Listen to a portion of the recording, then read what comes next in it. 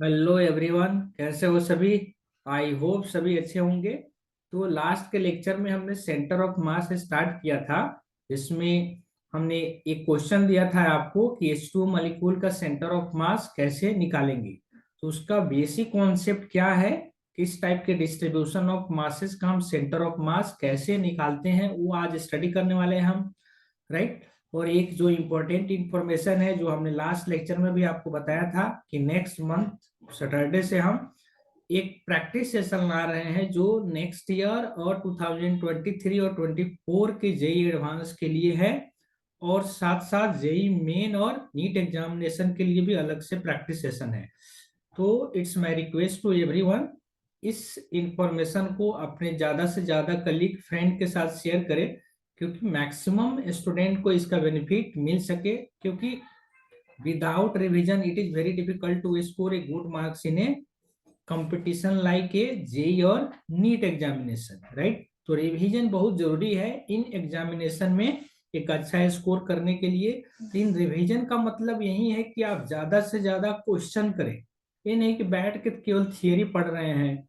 आपने ऑलरेडी ये सब चीजें पढ़ रखी है, अब आपको प्रैक्टिस की जरूरत है। क्योंकि फाइनली एग्जाम जो आपका होने वाला है नीट और जेई, उसमें आपसे क्वेश्चन ही पूछे जाएंगे।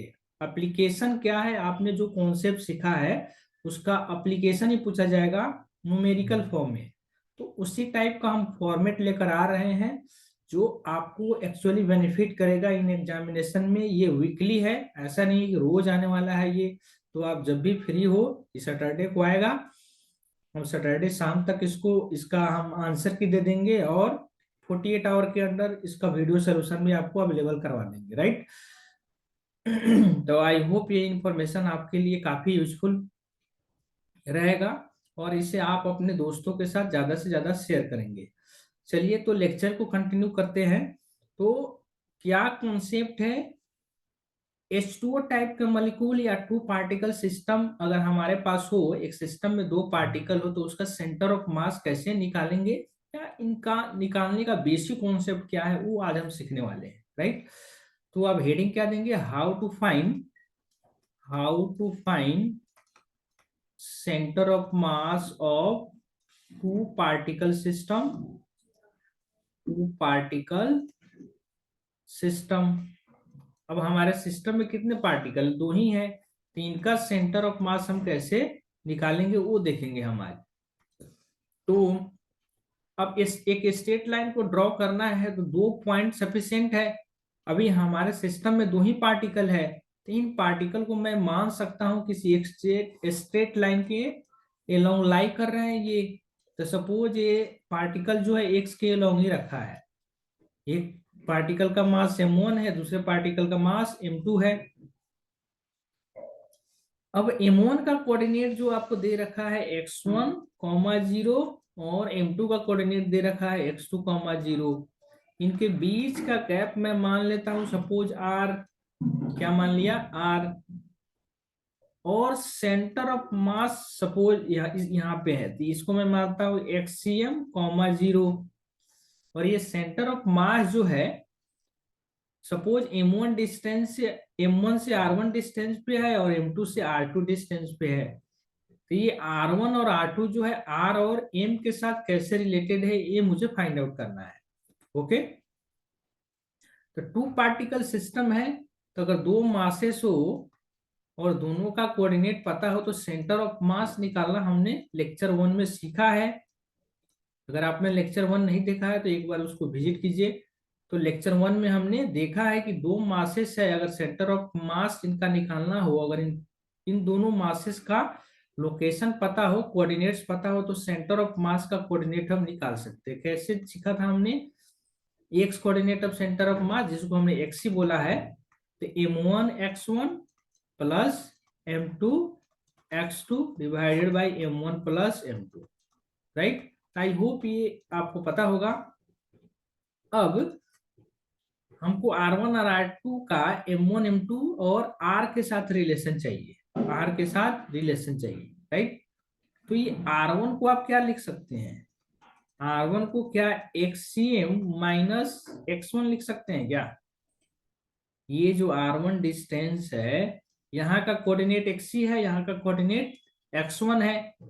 तो बाद वाले में से शुरू वाला आप सब्सट्रैक्ट करेंगे तो क्या मिलेगा, दोनों के बीच का गैप। तो ये R1 क्या है, एक्सी माइनस x1, और एक्सी हमने ऑलरेडी निकाल रखा है, कितना है ये, m1 x1 plus m2 x2 divided by m1 plus m2, ये हमने ऑलरेडी निकाला है, माइनस ऑफ x1। इसको थोड़ा सोल्व कीजिए आप, m1 x1 plus m2 x2 divided by m1 plus m2, और एलसीएम लेकर इसको आप क्या करेंगे, x1 के साथ multiply, m1 plus m2, right. तो R1 क्या हो गया यहाँ पे, m1 x1 plus m2 x2 minus of m1 x1 minus of m2 x1, just इसको मल्टीप्लाई करना है x1 के साथ, m1 x1 minus of m2 x1 divided by m1 plus m2। इसमें जो कॉमन है उसको आप कैंसिल कर दीजिए, तो क्या हो गया, R1 equal to m2 x2 minus m2 x1 divided by m1 plus m2। अब आप डायग्राम देखिए और बोलिए एक कोऑर्डिनेट x2 है, एक कोऑर्डिनेट x1 है, तो x2 माइनस x1 करेंगे तो क्या मिलेगा, m1 और m2 के बीच का गैप। तो यहाँ पे अगर मैं m2 कॉमन ले लूं और x2 माइनस x1 लिखा divided by m1 plus m2, x2 minus x1 का क्या मतलब, इनके बीच का गैप, m1 और m2 के बीच का गैप। m2 इसको क्या लिख सकते हैं, r divided by m1 plus m2। तो r1 क्या निकाला हमने, m2 r divided by m1 plus m2।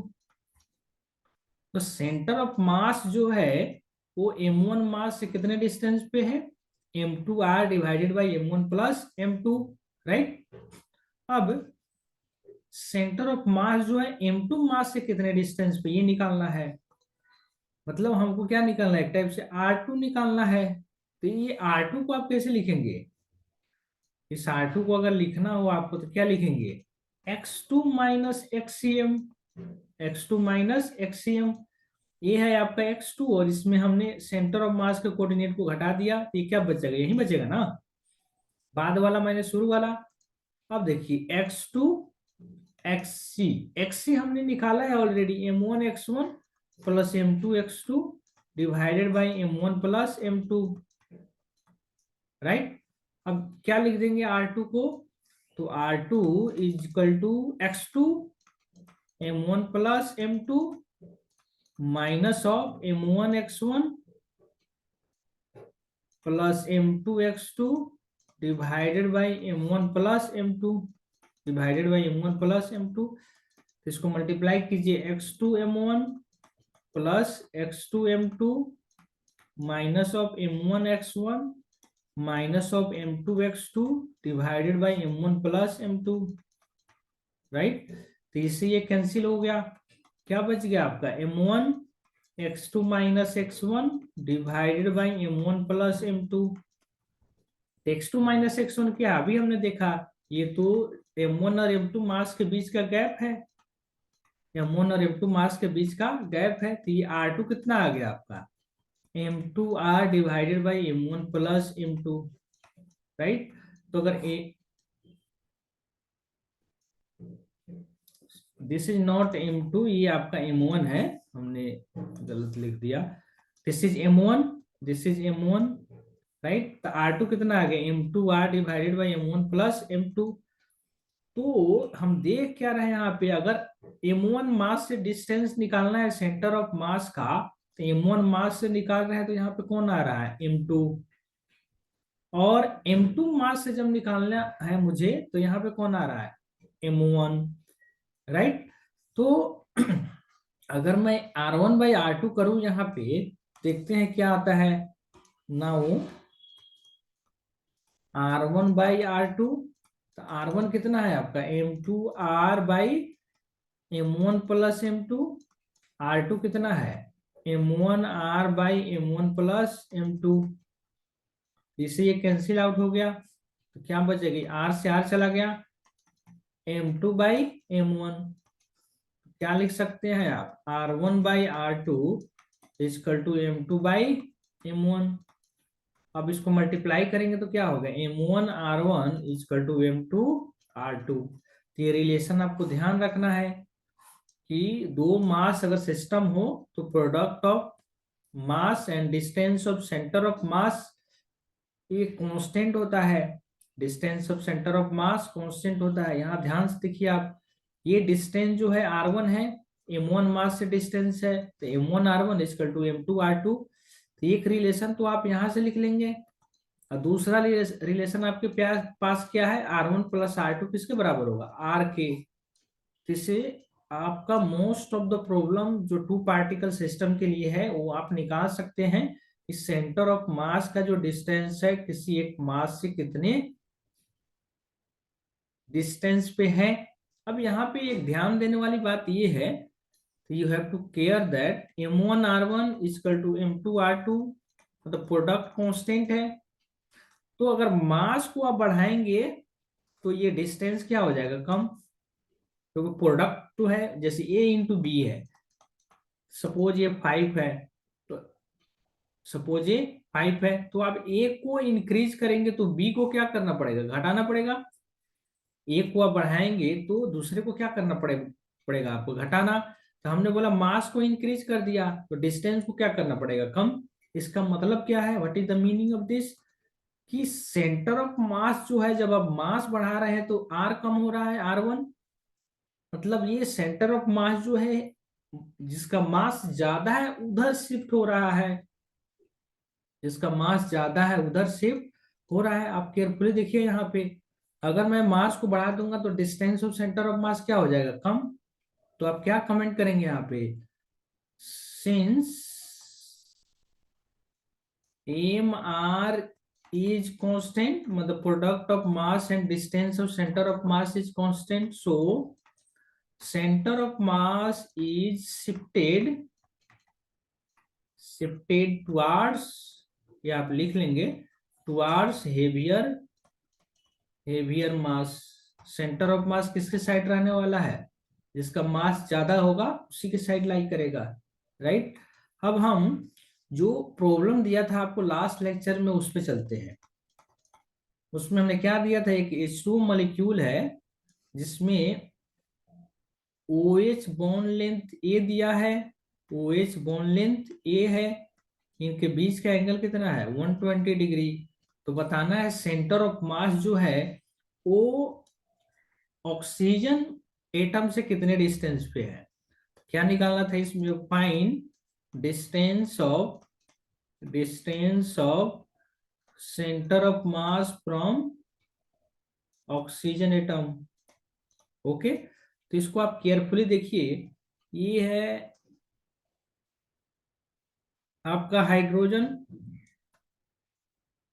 तो दो पार्टिकल है, एक टाइप का हाइड्रोजन हाइड्रोजन, तो इनका सेंटर ऑफ मास जो है, अगर ये मासेस बराबर हो जाए तो सेंटर ऑफ मास कहाँ पे लाई करेगा, आप देखिए अगर मास बराबर हो जाए तो R1 इक्वल टू R2, ये देखिए आप, अगर मास बराबर हो जाए तो सेंटर ऑफ मास कितना, सेंटर ऑफ मास जो है दोनों मासेस से इक्वल डिस्टेंस पे होगा, दोनों मासेस से इक्वल डिस्टेंस पे होगा। इसको आप देखिए, दोनों मास से इक्वल डिस्टेंस पे। अब यहाँ पे क्या है, एक हाइड्रोजन है, ये भी हाइड्रोजन है, यहाँ पे ऑक्सीजन एटम है। तो ये हाइड्रोजन और ये हाइड्रोजन के बीच का जो भी डिस्टेंस है, सेंटर ऑफ मास जो है इनके बीच में ही लाई करेगा, सेंटर ऑफ मास जो है इनके बीच में ही लाई करेगा। ये डिस्टेंस आपका ओ ए दिया है, एंगल दे रखा है 60 डिग्री, एंगल दे रखा है 60 डिग्री। तो ये suppose this is O, this is P, ए दिया है OH। तो अगर मैं पूछूं आपसे कि cos 60 कितना लिखेंगे इसमें आप, तो OP/OH, OP कितना हो गया, OH into cos of 60, OH आपका दिया है A, cos 60 इज 1/2, तो दिस इज A/2। अब ये दो जो हाइड्रोजन एटम है इनका सेंटर ऑफ मास इनके बीच में ही लाई करेगा। ये जो दो हाइड्रोजन एटम है इनका सेंटर ऑफ मास कहाँ पे लाई करने वाला है, बीच में ही, और ओपी के बीच का डिस्टेंस हमने निकाल लिया, ये ऑक्सीजन एटम है, और इधर दोनों हाइड्रोजन का मास हम मान सकते हैं, क्योंकि सेंटर ऑफ मास क्या होता है, दो अगर अलग अलग पार्टिकल्स है तो एक ऐसा पॉइंट जहां पे सारा का सारा मास कंसंट्रेटेड है। तो ये जो सेंटर है एच एच का, इस एच का और इस एच का इनके बीच में है, यहाँ पे कितने मासेस होंगे, 2m। यहाँ पे ऑक्सीजन एटम है और इनके बीच का डिस्टेंस कितना है, a/2। यहाँ पे आप मान सकते हैं क्वेश्चन में क्या, मास ऑफ जो न्यूट्रॉन है और मास ऑफ प्रोटॉन जो है m के बराबर है, और मास ऑफ इलेक्ट्रॉन जो है, ये न्यूट्रॉन है, मास ऑफ इलेक्ट्रॉन है ऑलमोस्ट जीरो। ऑलमोस्ट क्या है ये, जीरो। मास ऑफ जो इलेक्ट्रॉन है वो जीरो के बराबर है, न्यूट्रॉन और प्रोटॉन का मास बराबर है। तो पूछा जाए ऑक्सीजन का मास कितना है, ऑक्सीजन का मास कितना है, क्या बोलेंगे आप। तो ऑक्सीजन में 8 प्रोटॉन होते हैं और 8 न्यूट्रॉन, इसका मास कितना हो जाएगा 16m, और इसका मास कितना है 2m। तो दो पार्टिकल्स है जिनके बीच का डिस्टेंस a/2 है, तो सेंटर ऑफ मास ऑक्सीजन से चाहिए। तो मान लिया ये R1, तो R1 क्या लिखेंगे आप, m2r divided by m1 plus m2। R1 तो m2 की जगह क्या है, हाइड्रोजन है, तो 2m, r कितना a/2, m1 plus m2 means 16m plus 2m। तो ये R1 कितना आ जाएगा, ये R1 आपका आ गया 2m इंटू a/2, तो ये से ये चला गया, तो m into a divided by 18m, divided by 18m। तो ये m से m चला गया, दैट इज a/18। तो सेंटर ऑफ मास जो है H2 मॉलिक्यूल का ऑक्सीजन एटम से a/18 डिस्टेंस पे है, राइट। मतलब ये ऑक्सीजन के पास ही है, क्योंकि इसका मास जो है बहुत ज्यादा है दोनों हाइड्रोजन को मिलाकर। अभी हमने क्या सीखा, सेंटर ऑफ मास जो है हेवियर मास के नियर ही रहता है, पास में ही रहता है, राइट। तो आई होप ये क्वेश्चन आपको समझ में आया होगा। टू पार्टिकल सिस्टम हो तो उसका सेंटर ऑफ मास कैसे निकालेंगे, उसी कॉन्सेप्ट का यूज करके हम H2O मॉलिक्यूल का भी सेंटर ऑफ मास निकाल लिया। अब मैं ये क्वेश्चन देता हूं आपको, जस्ट इसको करना है। एक NH3 मॉलिक्यूल है, एक NH3 मॉलिक्यूल है जो पिरामिडल शेप में है। किसमें है, NH3 मॉलिक्यूल है जो पिरामिडल शेप में है। तो कुछ ऐसे दिखेगा आपको, हम बनाकर ट्राई करते हैं, कोशिश करते हैं दिखाने का। कुछ इसी टाइप का शेप होगा, आई होप आपको दिख रहा होगा। यहाँ पे NH हाइड्रोजन है, यहाँ पे हाइड्रोजन है, यहाँ पे हाइड्रोजन है, और ये है यहाँ पे आपका नाइट्रोजन है। वो NH3 मॉलिक्यूल है, ये हाइड्रोजन है, पिरामिडल शेप में होते हैं ये जो हाइड्रोजन है कैसे है, पिरामिडल शेप में।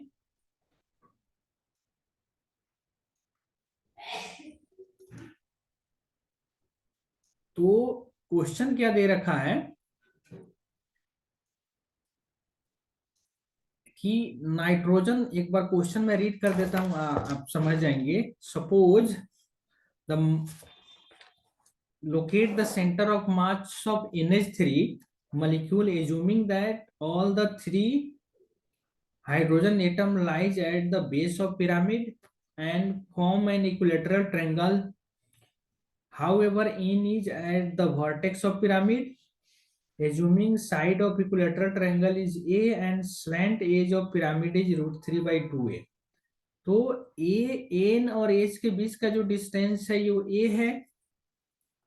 ए एक 1 सेकेंड इक्विलेटरल ट्रायंगल, ये हमने गलत बोल दिया। ये जो तीनों हाइड्रोजन है यहाँ पे, ये किस टाइप का ट्रायंगल बना रहे हैं, यहाँ पे जो ये तीनों हाइड्रोजन है नीचे बेस में, ये एक इक्विलेटरल ट्रायंगल बना रहा है, ठीक है। ये स्लैंट लेंथ आपका √3/2a दिया है। मतलब ये जो नीचे तीनों हाइड्रोजन है इक्विलेटरल ट्रायंगल है, और हाइड्रोजन का मास जो है बराबर ही है, तो सेंटर ऑफ मास जो है कितने डिस्टेंस पे होगा किसी एक वर्टेक्स के, हमने एक किसी वन वर्टेक्स से हमने फर्स्ट लेक्चर में देखा है। ओके, तो तीनों मास के को हटाकर आप सारे को सारे कहाँ पे रिप्लेस करेंगे, सेंटर ऑफ मास पे। और किसी एक वर्टेक्स कितने डिस्टेंस पे है ये, √3/2a। अगर ये आपको नहीं समझ में आ रहा है √3/2a, तो आप लेक्चर फर्स्ट देखिए जाकर। अब तीनों हाइड्रोजन को हटाकर हमने क्या किया, तीनों हाइड्रोजन एक इक्विलेटरल ट्रायंगल बना रहा है, नाइट्रोजन यहाँ पे है। अब नाइट्रोजन से सेंटर ऑफ मास का डिस्टेंस निकालना है, नाइट्रोजन से सेंटर ऑफ मास का डिस्टेंस निकालना है। जस्ट मैं इसका आंसर बता देता हूं, बट आपको करना है इसको। तो कैसे होगा ये, तो सेंटर ऑफ मास का डिस्टेंस किसी एक से पता चला, ये नाइट्रोजन और हाइड्रोजन के बीच का जो गैप है वो दिया है कितना, √3/2a। इसका सेंटर ऑफ मास जो होगा ऑब्वियसली एक्सिस पे ही होगा, कितना है 90 डिग्री। ये हमने कितना निकाला, ये हाइड्रोजन है, अब सारा का सारा सेंटर पे रख दिया हमको 3m। बट जब हाइड्रोजन यहाँ था तो ये डिस्टेंस कितना है अभी, √3/2 into A, √3/a/√3, sorry centre of मास से वो डिस्टेंस कितना आता है, ये हमने a/√3, ये जो डिस्टेंस कितना आता है हमने फर्स्ट लेक्चर में देखा था a/√3 नॉट। ये डिस्टेंस हमको पता चल गया a/√3। सपोज ये नाइट्रोजन है, ये सारे का सारा को सेंटर ऑफ मास पे लेकर रख दिया, यहाँ पे हाइड्रोजन है, तो Hc a/√3 है, ये आपको दे रखा है। तो ये डिस्टेंस कितना है ये हम निकाल लेंगे, राइट, पाइथागोरस थ्योरम का यूज करके। तो Nc कितना हो जाएगा, √NH का होल स्क्वायर माइनस HC का होल स्क्वायर, NH का होल स्क्वायर माइनस HC का होल स्क्वायर, क्या हो जाएगा, NH मतलब √3/2a का whole square minus of a/√3 का होल स्क्वायर। ये आप डिस्टेंस निकाल लेंगे। अब क्या करेंगे, नाइट्रोजन में हमने नाइट्रोजन में कितने प्रोटॉन है 7 और कितने न्यूट्रॉन है 7, तो इसका मास मान लिया 14m, और तीनों हाइड्रोजन की जगह हमने क्या रख दिया 3m। तो सेम चीज आपको यहाँ भी मानना है क्या, कि नाइट्रोजन और न्यूट्रॉन और प्रोटॉन का मास m के बराबर है, इलेक्ट्रॉन का मास 0 है, इलेक्ट्रॉन का मास 0 है। तो Nc हमने निकाल लिया, क्या निकाल लिया Nc। अब ये 2 पार्टिकल सिस्टम हो गए, एक तो हो गया 14m और ये हो गया 3m। ये डिस्टेंस d पता है, ये डिस्टेंस d ही तो Nc है। तो सेंटर ऑफ मास जो है 2 पार्टिकल सिस्टम के लिए नाइट्रोजन से कितने डिस्टेंस पे निकाल सकते हैं ना। फिर R1 कितना हो गया, m2 divided by m1 plus m2 into r, that is d। क्या किया, मैं फिर से रिपीट कर देता हूं। NH3 में जो H3 है वो इक्विलेटरल ट्रायंगल पे है, तो इक्विलेटरल ट्रायंगल का सेंटर ऑफ मास किसी एक वर्टेक्स से कितने डिस्टेंस पे होता है ये हमने देखा है। तो तीनों मास जो इक्विलेटरल ट्रायंगल बना रहे हैं उसको हमने सेंटर पे लेकर रख दिया, और ये एक्सेस पे ही लाई करेगा, पिरामिडल शेप है। तो दोनों के बीच का हमने NH3 को 2 पार्टिकल सिस्टम में कन्वर्ट कर दिया, एक तो नाइट्रोजन है, दूसरा हाइड्रोजन है, जो उसके सेंटर पे है इक्विलेटरल ट्रायंगल का, ज्योमेट्रिकल सेंटर पे है या सेंटर ऑफ मास पे है। तो 2 पार्टिकल सिस्टम में कन्वर्ट हो गए, दोनों के बीच का डिस्टेंस पता है, तो सेंटर ऑफ मास नाइट्रोजन से कितना पे होगा वो हम निकाल सकते हैं, राइट। तो आई होप ये लेक्चर आपको समझ में आया होगा, और मैंने इसमें प्रॉब्लम्स भी कर दिया। नेक्स्ट लेक्चर में हम कंटिन्यूअस बॉडी का सेंटर ऑफ मास निकालना सीखेंगे। तब तक के लिए आपको डिस्क्रीट बॉडी का सेंटर ऑफ मास निकालने आना चाहिए। तो लेक्चर 1 और लेक्चर 2 में आपको एक बार अच्छे से रिव्यू कर लीजिए, एक बार देख लीजिए। अगर कोई कंफ्यूजन है, कुछ सजेशन है, तो आप कमेंट करके जरूर बताएं। हाँ, एक चीज और जो हमने बोला कि नेक्स्ट मंथ से हम जो प्रैक्टिस सेशन आ रहे हैं इसको ज्यादा से ज्यादा अपने फ्रेंड के साथ शेयर करें, क्योंकि उनको इसका मैक्सिमम लाभ मिल सके, मैक्सिमम बेनिफिट मिल सके। क्योंकि प्रैक्टिस से ही परफेक्शन आएगा, विदाउट प्रैक्टिस आपको परफेक्शन नहीं आने वाले हैं। केवल थियरी पढ़कर परफेक्शन नहीं आ सकते हैं। इसलिए प्रैक्टिस की जरूरत है। तो वही प्रैक्टिस सेशन हम ला रहे हैं, तो इसको ज्यादा से ज्यादा शेयर कीजिए कि इससे मैक्सिमम बच्चे को बेनिफिट मिल सके। तो मिलते हैं नेक्स्ट लेक्चर में। नेक्स्ट लेक्चर में हम सेंटर ऑफ मास जो है कंटिन्यूअस सिस्टम का, कंटिन्यूअस बॉडी का कैसे निकालेंगे वो हम देखने वाले हैं। Okay, thank you very much for watching this video.